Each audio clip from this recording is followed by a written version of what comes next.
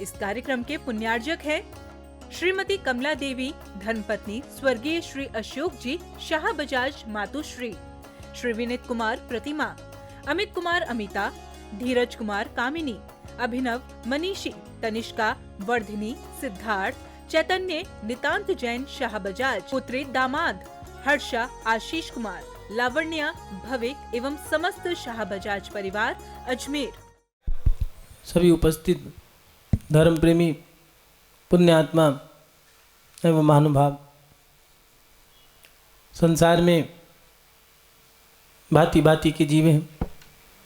कुछ लोग गरीब हैं तो कुछ लोग अमीर हैं, कुछ लोग दीनहीन प्रवृत्ति के हैं, कुछ अस्वस्थ हैं तो कुछ स्वस्थ हैं, कुछ उदार दिल के हैं तो कुछ कंजूस प्रवृत्ति के हैं, कुछ लोग धर्मात्मा हैं, कुछ नास्तिक हैं, कुछ सभी चीज़ों की सामग्री ले रहे हैं, जिनके पास संपूर्ण रूप से वैभव है, लेकिन कुछ लोग ऐसे हैं जिनके पास कुछ भी नहीं है। कुछ लोग ऐसे हैं अपना जीवन जीते हैं, माता पिता के सानिध्य में जन्म लिया, जन्म लेते ही माँ मर गई, बड़े हुए पिता चले गए, शादी हुई, थोड़ा समय गुजारा, संतान हुई, पति मर गया,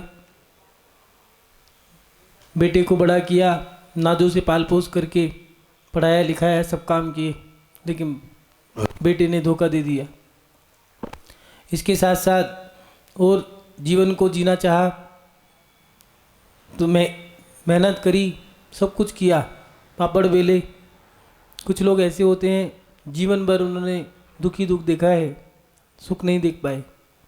कभी कभार ऐसा होता है शादी करी, ऐसा पति मिल गया जुआरी, शराबी, व्यसनी, मन में आता है क्या करें, हे भगवान, जो अगला जन्म जिएंगे तो उसमें ऐसे कर्म कर रहे हैं हम, ऐसा धर्म ध्यान कर लें जिससे अच्छा जन्म मिल जाए। कई पुरुषों का होता है, ऐसा नहीं स्त्री के साथ ही अन्याय हुआ हो, कर्म के लिए स्त्री हो चाहे पुरुष, दोनों को भोगने ही पड़ेंगे। पुरुष के साथ भी शादी हुई, ऐसी स्त्री मिली, या तो भाग गई या जिंदगी भर उसकी सेवा करनी पड़ी, ऐसा रोग हो गया। मन में एक सवाल आता है कि कुछ कर लें, अच्छा पुरुषार्थ कर लें, जिससे अगला जन्म मनुष्य पर्याय जो मिलेगी वो अच्छी मिल जाएगी। लेकिन सवाल ये खड़ा होता है कि अगले जन्म में अच्छे मनुष्य कैसे बनेंगे, मनुष्य पर्याय दोबारा मिलेगी तो कैसे मिलेगी, और अच्छी मिले कैसे मिले। सब लोग जानते हैं पुरुषार्थ करना चाहिए, लेकिन पुरुषार्थ भी कौन सी दिशा में करना है ये नहीं जान पाते। महानुभाव पूज्य आचार्य भगवंत उमा स्वामी जी ने तत्वार सूत्र में हमारी हर प्रकार की जिज्ञासा का समाधान किया है। पहले अध्याय से लेकर के 10वें अध्याय तक 357 सूत्र दिए हैं। उन सब सूत्रों में हमारी हर प्रत्येक जिज्ञासा का, चाहे प्रथमानुयोग, कर्णानुयोग, चरणानुयोग, द्रव्यानुयोग, ज्योतिष, वास्तु, आयुर्वेद, कर्म सिद्धांत, प्रत्येक चीज़ के बारे में उन्होंने खुलासा किया है। और आचार्य उमा स्वामी जी ने हमारी जिज्ञासा का भी समाधान तत्वार सूत्र में किया है। और तत्वार सूत्र के 6ठे अध्याय में हमारी जिज्ञासा का समाधान वो 17-18 सूत्र के माध्यम से कर रहे हैं। और उन्होंने लिखा है, अल्पारम परिगुत्तम मनुष्य से स्वभाव मार्दवम चा। ये 2 सूत्रों के माध्यम से उन्होंने हमारी इन जिज्ञासा का समाधान किया। आचार्य भगवंत उमा स्वामी जी लिख रहे हैं, अल्प आरंभ और अल्प परिग्रह ये दोनों मनुष्य आयु के आसर के कारण है। अगले जन्म में पुनः मनुष्य बनना है तो पहले बताया था नार की जीव का काम क्या है, भव आरंभ परिग्रह नारकस्य विषहा। बहुत आरंभ बहुत परिग्रह नरक आयु के आसर के कारण है। लेकिन अल्प आरंभ अल्प परिग्रह ये मनुष्य गति, मनुष्य पर्याय, मनुष्य आयु इनके आसर के कारण है। देखें थोड़ा कि हम अपने जीवन में क्या कर रहे हैं। आरंभ कहते किसे हैं, परिग्रह है क्या। हम अपने जीवन में मनुष्य गति की ओर जा रहे हैं, कहीं ऐसा तो नहीं जाना था हमें मनुष्य गति की ओर और जा रहे हैं हम अधोगति की ओर, नरक गति की ओर। आरंभ माने कार्य करना आरंभ है, अल्पारंभ कम कार्य करना अल्पारंभ है। जितना हम करेंगे उतना कर्म बनेगा। मन, वचन और काय, इन तीनों की प्रवृत्ति के माध्यम से हमारे कर्म बनते हैं। जैसे आपने कुछ करा, मन में सोचा, कर्म बन गया, भाव कर्म बन गए। वचन से बोला, द्रव्य कर्म बन गए शाब्दिक। काय से किया, शरीर के कर्म बन गए। मन से, वचन से, काय से, किसी भी प्रकार से कर्म जैसे ही आप कुछ करोगे कर्म तो बनेंगे। इसलिए अल्पारंभ, इसलिए ही दिया है अल्पारंभ। क्यों? क्योंकि जितना कम से कम करें उतना ही हमारे कर्म कम से कम बनेंगे। जैसे कम चलना, कम बोलना, कम करना, जो भी हम कर रहे हैं। पहले के लोग, आज के लोगों को पहले के लोग बुरे लगते हैं, उन लोगों को पागल कहते हैं, मूर्ख कहते हैं। कुछ लोगों ने उनकी परिभाषा धीमी गति का समाचार ये नाम रख दिए हैं, ऐसी परिभाषा बता दी है। बुजुर्ग माने धीमी गति का समाचार। लेकिन वो समझदार थे। प्राचीन लोग, पूर्व के जो हमारे बड़े बुजुर्ग थे, वो आगम अनुकूल चलते थे, स्वाध्याय करते थे, शास्त्रों का वाचन करते थे, उनको पढ़ते थे, तो उनसे उन्हें ज्ञात रहता था कि हम गलत क्या कर रहे हैं, सही क्या कर रहे हैं। नई पीढ़ी, नई जनरेशन वो ये नहीं जानती कि सही क्या है, गलत क्या है। उनको तो जो सपना दिखा दिया गया है उन्हें वही करना है। लक्ष्य पढ़ना, पढ़ना, पढ़ना, और पढ़ाई होने के बाद कमाना, कमाना, कमाना। दो ही चीज़ रहती हैं, या तो कमाओ नहीं तो खाओ। पहले के लोगों में ये नहीं था, कम खाओ, कम खाओ, नम जाओ। आज के व्यक्ति कहते हैं खाए जाओ, दबा दबा के खाओ, दवा खाना जाओ। बहुत अंतर है पहले के प्राचीन विचारों में और आज के विचारों में। पुराने लोगों की बातें बिल्कुल सटीक बैठती थी। क्यों? क्योंकि वो अपनी भाषा में कुछ भी कह दें, शब्दों का कैसा भी इस्तेमाल कर लें, लेकिन बात वो आगम की कहते थे। कम बोलते थे, 10 बार पूछते थे, एक जवाब देते थे। कम चलते थे, पैदल चलते थे। एक दिन में 10-10 किलोमीटर चलना, पैदल चलते थे। अगर चलना भी पड़े, बैलगाड़ी, घोड़ी इत्यादि का इस्तेमाल नहीं करते थे, जिससे हिंसा कम हो। वो जानते थे कि जितनी ज़्यादा हम क्रिया करेंगे उतना ज़्यादा हमें पाप लगेगा।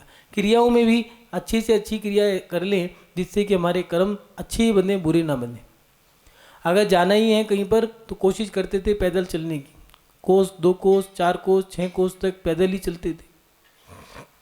आज तो दूध लेने जाना है तो स्कूटी चाहिए, अगर किसी की दुकान पे सामान देना है तो बाइक चाहिए, और अगर कोई 100-50 किलोमीटर जाना पड़ गया तो वो तो 4 व्हीलर चाहिए। उसमें भी ऐसे 4 व्हीलर चाहिए जिसमें गिलास रख दे भरा हुआ पानी का तो वो गिरे ना। बढ़िया से बढ़िया इसमें एसी हो, टीवी भी चलता हो, इसमें स्क्रीन हो, स्क्रीन टच हो, पीछे का कैमरा लगा हो, आगे की भी सारी रूपरेखा उसमें दिख जाए। बैठने की गद्दी ऐसी बढ़िया से बढ़िया शोकर हो, जिसमें कहीं किसी प्रकार का धक्का और हिचकोले ना लगे। उस गाड़ी का जो चार्ज है या फिर उसका जो खर्चा है वो लगभग है 50 लाख, 60 लाख, 1 करोड़, 2 करोड़। अब हम उसको कमा रहे हैं, उसको कमाने के लिए, उस पैसे की व्यवस्था बनाने के लिए हमें कमाना पड़ेगा, झूठ सच बोलना पड़ेगा, और उससे ही हमारे कर्म बनते। एक के बाद एक कड़ी जुड़ी है। कैसे कड़ी जुड़ी है वो हमें समझना पड़ेगा। अधिक आरंभ करना, उससे हमारे कर्म बनते हैं। कम आरंभ करोगे कर्म तो बनेंगे, लेकिन कम बनेंगे। अधिक करोगे अधिक बनेंगे। कार्य करना आरंभ है, और अल्पारंभ, कम कार्य करना अल्पारंभ है। और उसमें भी प्राचीन लोगों से, अपने बुजुर्गों से, अपने पूर्वजों से हम शिक्षा लें तो वो ज़्यादा भ्रमण नहीं करते थे, स्वाध्याय ज़्यादा करते थे। पहले प्रवचन की श्रृंखला ही नहीं थी। पहले तो सुबह स्वाध्याय होता था, दोपहर को स्वाध्याय, और जो नहीं आ पाए तो शाम को तो होना ही है। 6 बजे 7 बजे तक दुकानें बंद हो जाया करती थी। मंदिर में आए, बढ़िया से आरती कर ली है और बैठ करके धर्म सभा चल गई है। जिनवाणी आती थी तो कहा करते थे, सावधान जिनवाणी आ गई हैं, सब खड़े हो जाओ। सब खड़े होते थे विनय के। आज अपने आप ही स्वयं त्याग करते थे कि आज जिनवाणी का अध्ययन किया है तो आज का हमारा 24 घंटे के लिए अब से लेके इसका त्याग। और जैसे ही विरक्ति आती थी उसका उसी समय त्याग कर दिया करते थे। अब हमारा आजीवन इस चीज़ का त्याग। अब तो चिकने गड़े हैं, फूटे हैं, ऊपर से उल्टे रखे हैं, कितना भी पानी डालो कोई फर्क ही नहीं पड़ता, भर के भी रख दोगे तो निकल जाएगा। ऐसे चिकने घड़े हैं जिसकी कोई हद। 80-80 साल के हो गए हैं लेकिन कोई त्याग का मतलब ही नहीं है। 90 साल की उम्र में भी सपने यही हैं, पोते पोती की शादी तो देख ले, नहीं तो पड़पोते को गोद में तो खिला ले, मुक्ति मिले या ना मिले खाने को नुक्ति तो जरूर मिल जाए। ये विचारधारा कैसी बदल गई हैं? क्यों? क्योंकि हमने अपने जीवन की जो क्रियाएं थी वो छोड़ दी। चाहते तो हम यही कि हम देवगति मिल जाए, हमें मोक्ष मिल जाए, या फिर हम मनुष्य बने तो पैसे वाले धन दौलत ऐसे राजसी ठाठ हमें मिल जाए, लेकिन हम कर क्या रहे हैं उस पर भी हमें ध्यान देना होगा। अल्प आरंभ, कम से कम क्रिया करना जिसमें आपको ज़्यादा दोष ना लगे। कम चलना, कुछ लोगों का है खाली बैठे चलो घूमने चलो, अमेरिका ही घूमे, नहीं तो इधर से नहीं तो उधर। कई बच्चे परेशान हैं कि मम्मी तो घर में टिकती ही नहीं है, पैरों में फिरकरी लगी है, कभी इसके यहाँ कभी उसके यहाँ कभी उसके यहाँ। पुरुष पूरे दिन तो दुकान पे जाना है, ऑफिस में रहना है, संडे को छुट्टी है तो उसमें भी पूरा बुकिंग है कि यहाँ जाना है वहाँ जाना है। बच्चे परेशान हैं कि हमें समय ही नहीं मिलता। सब कुछ मिल रहा है लेकिन जो चाहिए वो नहीं है। पैसा ही सब कुछ नहीं होता। पहले लोगों के अंदर आसक्ति कम थी, आज इच्छाएं ज़्यादा हैं और अपने जीवन में विरक्ति कम है। अल्प आरंभ और अल्प परिग्रह, कम से कम परिग्रह रखना, थोड़े में जीना। हमारे जीवन में थोड़े में जीने की भी आदत हमें होनी चाहिए, लेकिन हम थोड़े में जी भी रहे हैं या नहीं जी रहे। एक कमरे में खूंटा लगा करते थे, अब तो लोहे की कील हो गई, पहले लकड़ी की लगाया करते थे। उसी के ऊपर 8-10 जोड़ी कपड़े टांग दिए, जो इस्तेमाल करना है उसको पहन लिया, हो गया। एक कमरे के अंदर 8-10 खूंटे लगते थे, सबके कपड़े उस पर टंग जाया करते। अब वो सिस्टम नहीं है। अब तो और फिर पत्थर की वो हुआ करती थी अलमारियाँ, उस पर ज़्यादा हो तो गंदी हो गई तो झाड़ू मार दो, बहुत ही ज़्यादा हो तो चूना ला करके उस पर कर दिया, हो गया, रंग हो गया, साफ हो गई, बढ़िया चकाचक। अब तो हमें वो चीज़ें, वो जमाने गए। अब तो कहते कहाँ, ये ओल्ड बात नहीं, ओ ये वेरी ओल्ड। अगर इनसे कह दें तो पुराने विचारों के हैं, लेकिन उनका जीवन कैसा था? उस खूंटे पे 10 जोड़ी कपड़े टांग दिए हैं, कोई खर्चा नहीं है, कम खाते थे, गम खाते थे, नम जाते थे। और आज तो बढ़िया से बढ़िया फर्नीचर वाली, हमें इटालियन, जैपनीज़, चाइनीज़, इंडियन, अच्छे से अच्छे तो हमें वुड लकड़ी की अलमारी चाहिए। फर्श भी चलने वाला लकड़ी का हो। अच्छा, आपको ऐसी जगह बाथरूम और जहाँ पर रसोई में पानी का इस्तेमाल होता है वहाँ भी लकड़ी लगा दी है। अब दीमक लग गई, हटाओ दूसरा लगाओ, अब फिर रो रहे हैं। मंदा है, क्या करें, पैसा नहीं है। फर्नीचर लकड़ी का लगा दिया है, 1-2 साल में फिर बदलवा दिया है। काम मशीन तो कभी रुकती नहीं है। पढ़ने वाले बच्चे घर में कह रहे हैं हम तो परेशान हो गए, पता नहीं कब ये जानलेवा नौकर जाएं तो हम प्राण बचाएं। लेकिन क्या करें, माता पिता को तो कभी पुताई करा दो, कभी रंगाई करा दो, कभी फर्नीचर लगा दो, नहीं तो एक काम कर, फर्नीचर हटा पत्थर लगा, पत्थर हटा फर्नीचर लगा, इसी में हमें अपना पूरा जीवन गुजार देना है। कितना कितना हम परिग्रह बढ़ा लेते हैं। और पहले कुछ नहीं था, एक ही खूंटे पे पूरी ज़िंदगी गुजर जाया करती थी, उसी पे वो कपड़े टांग दिए, पुराना छोड़ दिया, नया ले आए। एक ही अलमारी में पूरा परिवार जी लिया करता था, एक कमरे में पुरुष, एक कमरे में महिलाएं। रात को छत पे सब सो रहे हैं, एक तरफ महिलाएं सो रही हैं, एक तरफ पुरुष, साथ में भोजन कर रहे हैं, बीच में भोजन रख दिया है, चारों तरफ एक घेरा बना के बैठ गए हैं, बातें कर रहे हैं, आपस में प्रेम बढ़ रहा है। कोई बात है तो वहीं की वहीं निकाल दी। आज हमारे पास समय नहीं है, हम परिग्रह इकट्ठा करने के लिए लगे हैं, दुनिया भर का कमाओ कमाओ कमाओ, लेकिन जिसके लिए कमा रहे हैं उनके लिए उनके पास बैठ कर के 2 शब्द बोलने का भी समय नहीं है हम पे। जिन बच्चों को हमने पाल पोस के बड़े करने के लिए सपने देख लिए हैं, शादी करी, बच्चे करे, उनकी बच्चों को समय देने के लिए हमारे पास समय नहीं है। हमने अपने परिग्रह के सपने इतने देख लिए हैं कि हम हैं तो लखपति और हम सपने देख रहे हैं करोड़पति के नहीं, हम सपने देख रहे हैं राजा बनने के, ना तो करोड़पति के ना अरबपति के। हर व्यक्ति ये चाहता है मैं राष्ट्रपति बन जाऊं या मैं प्रधानमंत्री बन जाऊं, चाहे वो बनने लायक होना भिखारी भी। सपने तो सबके यही हैं कि हम राजा बन जाएं, लेकिन जितने तुम्हारे पैर हैं उतनी ही चद्दर रखो। ज़्यादा चद्दर बड़ी करोगे पैर बड़े करने पड़ेंगे, और ज़्यादा छोटी चद्दर भी दुखी रहोगे। जितना संतुलन बनाना पड़ेगा अपने जीवन में, जितना संतुलन बना लोगे उतना परेशान कम होगे। अल्प परिग्रह भी हमारे जीवन में शांति का कारण है। जितना परिग्रह हम बढ़ा रहे हैं उतना हम दुखी होते जा रहे हैं। अपने ही हृदय पे हाथ रख के पूछ लो, अपने आप से ही पूछ लो, देख लो अपने आप को ही। जब आप 5-10 हज़ार रुपये कमाया करते थे तब कैसे थे? आज एक दिन में तुम लाख रुपया कमा रहे हो, अब कैसे हो? सोच लो, अपने आप ही देख लो। पहले एक व्यक्ति अपने जीवन में घर के अंदर थोड़े खाते थे, बढ़िया था, खुश था। आज माँ भी कमा रही है, पिता भी, 2 लड़कियां हैं वो भी, 2 बेटे हैं वो भी, कमा सब रहे हैं, खा कोई नहीं पा रहा। किसी को कोलेस्ट्रॉल है, किसी को शुगर है, किसी को बीपी है, किसी को कुछ है तो किसी को कुछ है। अपने जीवन को हम ऐसे ही व्यर्थ करते जा रहे हैं। इसीलिए आचार्य भगवंत कह रहे हैं अल्प परिग्रह, हमारा परिग्रह भी हमारे पास कम से कम हो, ये हमें शांति देता है। हम जितना भागा दौड़ी में जिएंगे उतना परेशान होंगे, उतना दुखी होंगे। हम जितना परिग्रह बढ़ा रहे हैं, एक गाड़ी रख ली, 2 गाड़ी रख ली, पत्नी की अलग, पति की अलग, बच्चों की स्कूटी अलग, बेटे की बाइक अलग, नौकर की साइकिल अलग, उन सबको रखने के लिए जगह अलग। उन जगह के लिए मकान बदलो, मकान ले लिया है, अब परेशान है, उसका खर्चा बहुत है।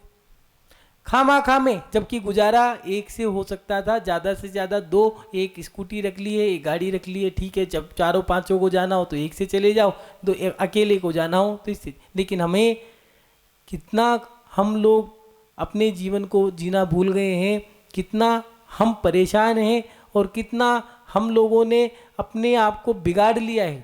पहले कैसे संतुलन बनता था, एक भाई दूसरे भाई के कपड़े पहन लिया करते थे, आज उसके वस्त्र मैं क्यों पहनूं? उसकी चीज है, मैं क्यों इस्तेमाल करूं? मेरा कप भी अलग हो, मेरा गिलास अलग हो, मेरे बर्तन अलग हो, नाम भी लिखवा दिया है। अब तो नई नई टेक्नोलॉजी आ गई, फोटो भी छपवा दो अपनी। ये कैसा हमारे अंतरंग में विकार आ गया है, कितनी संकुचित सोच हमारी हो गई। ये परिग्रह हमें क्या करवा देता है हमसे, हम कुछ भी कर सकते हैं। इसीलिए अल्प परिग्रह हमारे जीवन में हो, थोड़े में जीना, जितना थोड़े में जियोगे उतना आनंद आएगा। और उसके बाद आचार्य समन्वत स्वामी जी, उमा स्वामी जी लिख रहे हैं, स्वभाव मार्दवम च, मार्दम मृदुता, स्वभाव मंद कशाई। मृदुता माने कोमल, मंद कशाई व्यक्ति, कुछ कह दिया है सहरे, बड़े बुजुर्गों को गाली दे दी है, बैठे हैं चुपचाप, कुछ नहीं कह रहे, कोई मतलब ही नहीं। ऐसी कोमलता हमारे अंदर में है या नहीं है, इसको देखना होगा। मृदुता, कोई कुछ कह दे, अच्छे शब्द कह रहा है तब भी, बुरे शब्द कह रहा है तब भी, है या नहीं है, ये भावना हमारी, इतनी सामर्थ्य हमारी। एक महात्मा जी के पास एक युवक उनसे प्रभावित होकर के उनके पास रहने के लिए गया और उन्होंने कहा, मैं आपको अपना गुरु बना के अपना जीवन आपको समर्पित करना चाहता हूँ। महात्मा जी ने कहा, थोड़ा समय रह के तो देखो साथ में, साधु जीवन होता कैसा है। ठीक है, महात्मा जी के पास रहा, गुरुकुल में सफाई करना, अग्नि जलाना, लकड़ी काट के लाना, सब क्रियाएं बड़े आनंद से कर रहा है। और एक दिन घटना ऐसी घटी है कि एक व्यक्ति महात्मा जी के पास आया है और खूब कठोर कठोर कटु वचन, अपशब्द वचन, गाली इत्यादि देकर के जाने लगा। महात्मा जी तो महात्मा जी हैं, मुस्कुरा रहे हैं, अपने ध्यान में मस्त हैं। और जब उनने नमस्कार किया है तो आंखें खोली, आशीर्वाद दिया, और जब कटु शब्द बोल रहे हैं तब भी मुस्कुरा रहे। उसे बुरा लगा, उसने कहा, महात्मा जी आपको वो इतना कुछ कह गया, आपने उसे कुछ भी नहीं कहा। महात्मा जी मौन रहे, कोई जवाब नहीं दिया। कुछ दिन बीत गए और एक व्यक्ति आया, महात्मा जी के चरणों में बहुत सारी बातें करी, पाद प्रक्षालन करना, माता जी को महात्मा जी को सम्मान देना, पगड़ी पहनाना और उसके साथ साथ भोजन भेंट करना, और अपने मन की सारी बातें कह दी। और जाते जाते गुरुकुल में जो जानवर हैं उनके लिए चारा, सेवकों के लिए दान, कंबल, वस्त्र, सब चीज़ वो भेंट करके चला गया। महात्मा जी और वो सेवक, वो भक्त दोनों बैठे हैं और महात्मा जी कहने लगे क्यों उदास क्यों हो, आज तो अच्छे से अच्छी सामग्री मिली है तुम्हें। तो कहने लगा मुझे इस बात का दुख है कि वह व्यक्ति जो आपको गाली दे के गया था उस समय आपने उसे कुछ नहीं कहा। तो महात्मा जी ने कहा क्यों, आज जो ये मिठाई दे के गया है कहा तो मैंने इसे भी कुछ नहीं, तो फिर उसे तो जरूर कुछ कहना था। तो महात्मा जी ने कहा बेटा यही महात्मा बना है, यही साधु जीवन है कि अपने जीवन में कठोर शब्द के समय, कटुता के समय में और सरलता के समय में भी समता भाव रखना, यही साधु जीवन है। पहले के लोग ऐसे ही जीवन जिया करते थे। कोई गाली दे रहा है तब भी कुछ नहीं कह रहे, कोई प्रशंसा कर रहा है किसी प्रकार का अहंकार नहीं आ रहा।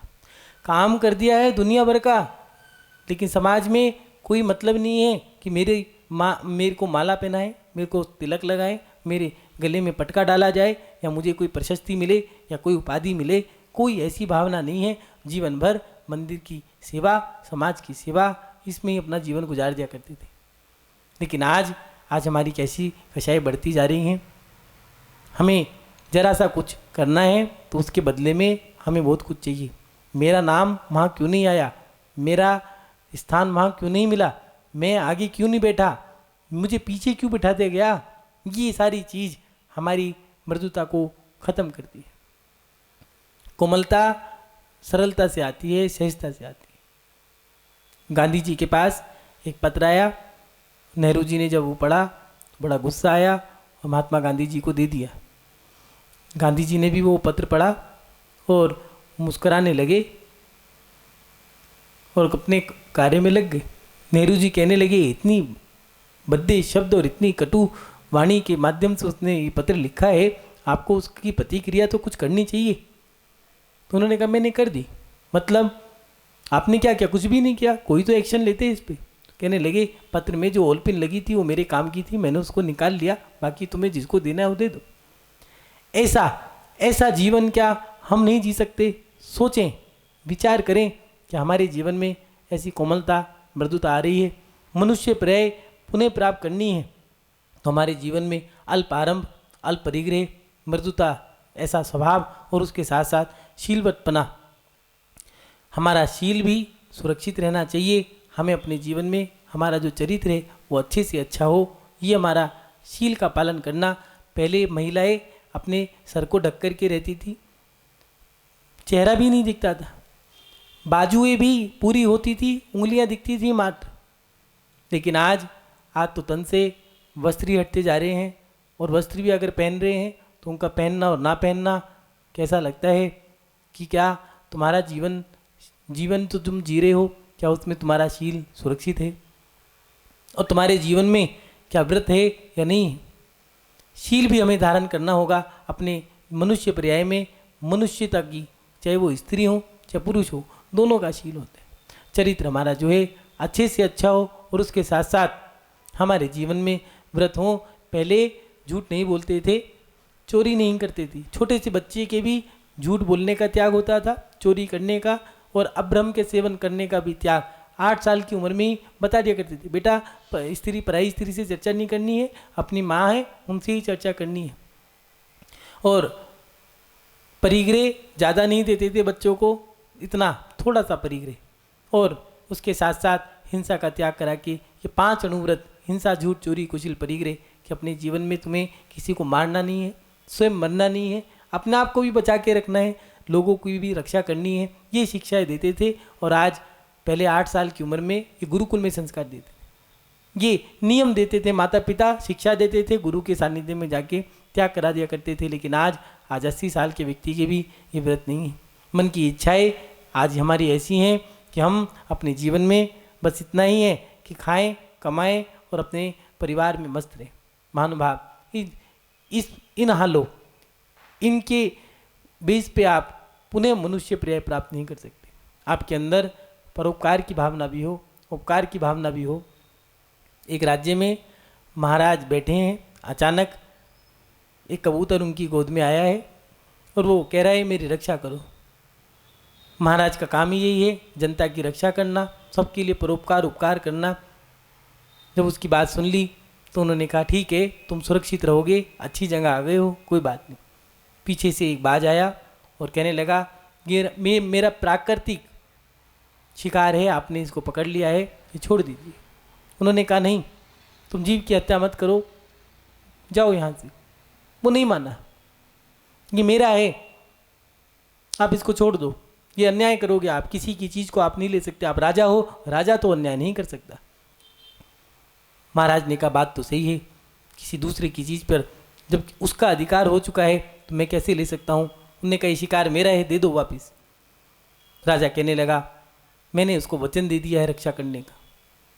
गिद्ध ने कहा, बाज ने कहा कि मेरे प्राण चले जाएंगे, मैं भूखा हूँ, मेरी भी रक्षा करो। राजा ने कहा मैं इसको तो नहीं दूंगा, लेकिन एक काम करो, मैं अपने शरीर का मांस निकाल के तुम्हें दे देता हूँ। जंगा में से मांस निकाल करके उस बाज को दे दिया। उन्होंने कहा कि जितना इस कबूतर का वजन है उतना ही मांस तुम ले लो मेरे से, और वो मांस काट के दिया। लेकिन कबूतर का पलड़ा भारी रहा। उन्होंने अपने जंगा को दूसरी जंगा में से निकाला, वो भी पलड़ा भारी रहा। पैर काट के दे दिया, फिर भी पलड़ा कबूतर का ही भारी रहा। महाराज ने कहा लगता है कबूतर कोई और है, मेरी परीक्षा लेने आए होंगे शायद, ठीक है, मुझे अपना धर्म नहीं छोड़ना चाहिए। और उस पलड़े पर जाकर के बैठ गए। कहने लगे तुम मुझे खा लो, लेकिन इस कबूतर को मत छोड़ो। जानते हो, बाज और कबूतर दोनों देव थे, परीक्षा लेने आए थे, और इन दोनों ने परीक्षा लेने के बाद कहने लगे कि आपकी सोदरमिंद्र ने परीक्षा करी है, आपकी प्रशंसा करी थी, हम आपकी परीक्षा करने के लिए आए, देखें तो सही महाराज कैसे हैं अभय दान देने में। और जानते हो यही मेघनाद राजा आगे अगले भव में मनुष्य पर्याय प्राप्त करके शांतिनाथ तीर्थंकर बन के मोक्ष को प्राप्त किया।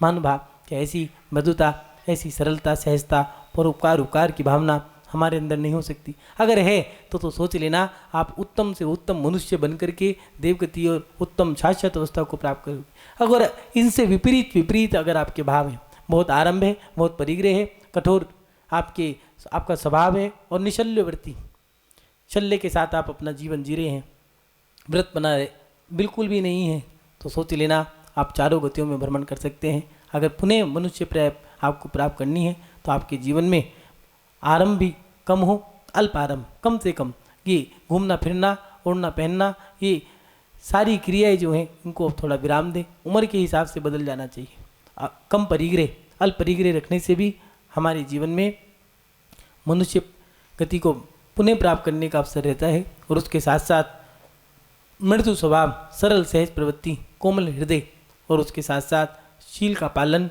व्रत सहितपना हमारे अंदर जब आता है तो महानुभाव हम उत्तम मनुष्य पर्याय को प्राप्त करते हैं। और यही अगर आप अच्छे से अच्छे करते हो तो इन्हीं के माध्यम से आप मनुष्य भी बन सकते हो और पुनः देव पर्याय में भी जा सकते हो। अपने जीवन में आपको मनुष्य पर्याय प्राप्त करनी हो तो आप सभी यही पुरुषार्थ करें। सम्यक पुरुषार्थ के माध्यम से आप पुनः मनुष्य पर्याय प्राप्त करके शाश्वत अवस्था माने मनुष्य पर्याय को प्राप्त करने के बाद किन्हीं मुनि महाराज के सानिध्य में जाकर के, कोई केवली या फिर कोई अवधि ज्ञानी मुनि महाराज आपको आपके पूर्व भवों का वर्णन कर दे, या आपको जाति स्मरण हो गया तो आप उत्तम मनुष्य पर्याय के माध्यम से शाश्वत अवस्था को प्राप्त कर सकते हैं। यही भावना भाते हुए कि आप अच्छी मनुष्य को पर्याय को पुनः अगर प्राप्त करना है तो अच्छे से अच्छे मनुष्य पर्याय को प्राप्त करके शाश्वत अवस्था को प्राप्त करें। यही भावना भाते हुआ अपनी शब्द श्रृंखला को विराम देता हूँ। जब बोलिए परम पूज्य आचार्य भगवंत गुरुदेव श्री वसुनंदी जी मुनिराज की। श्रीमती कमला देवी धर्मपत्नी स्वर्गीय श्री अशोक जी शाह बजाज मातुश्री, श्री विनीत कुमार प्रतिमा, अमित कुमार अमिता, धीरज कुमार कामिनी, अभिनव मनीषी, तनिष्का वर्धिनी, सिद्धार्थ चैतन्य नितांत जैन शाह बजाज, पुत्री दामाद हर्षा आशीष कुमार, लावण्या भविक एवं समस्त शाह बजाज परिवार अजमेर।